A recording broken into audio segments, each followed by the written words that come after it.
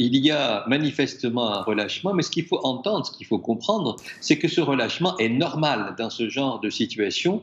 Quand on est confronté à une situation de crise comme celle-là, avec un risque de létalité, justement un risque d'y laisser sa vie, sinon sa santé ou sa vie, il y a forcément quelque chose qui est sollicité en nous et qui touche à des choses auxquelles on est extrêmement sensible, à savoir la mort. On est confronté à un risque de mort, et c'est un risque de mort ça peut arriver à tout le monde, et c'est quelque chose en plus qui ne veut pas s'arrêter. Ça dure quand même depuis longtemps, et on commence à se dire, bon sang de bonsoir, c'est quelque chose qui va pas s'arrêter. Où va-t-on? Quand est-ce que ça va? On va pouvoir reprendre une vie normale.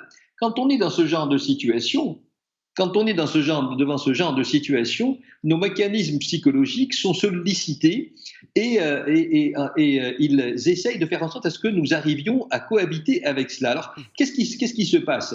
Il se passe que quelque chose en nous va faire comme si le problème n'existait pas. Et c'est ce que l'on voit. Les gens vous disent non, c'est une machination, c'est pas vrai. On se demande pourquoi est-ce qu'il y a ça.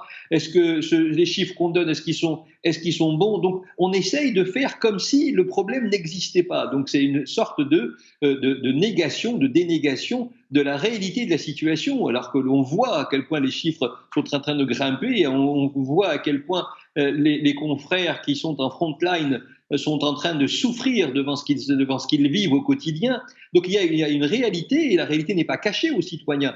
Mais même s'il est confronté à elle directement, il a du mal à la voir. Ça veut dire qu'elle a du mal, cette information, à faire le travail qu'elle est censée faire à l'intérieur de notre psyché, à l'intérieur de notre fonctionnement psychologique. Donc on va faire comme si elle n'existait pas. Et il n'y a pas que ça. Il y a ça, et il y a aussi une autre partie de la réponse que l'on amène, nous humains, devant ce genre de situation, c'est la défiance. La défiance, ça veut dire que on va défier le danger. Voilà, il est là.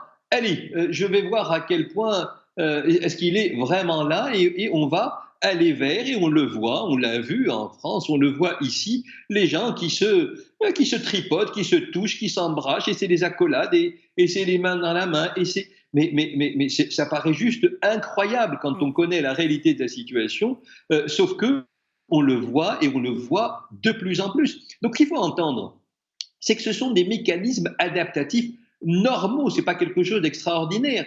C'est un mécanisme de défense psychologique devant ce genre de situation, et il faut le voir comme tel. Pourquoi? Parce que c'est en le voyant comme tel qu'on peut envisager des réponses adaptées au fonctionnement de l'humain.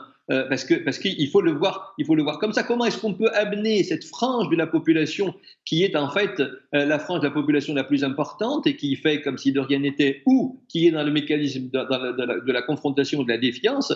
Comment est-ce qu'on peut amener ces gens-là à revoir leurs attitudes?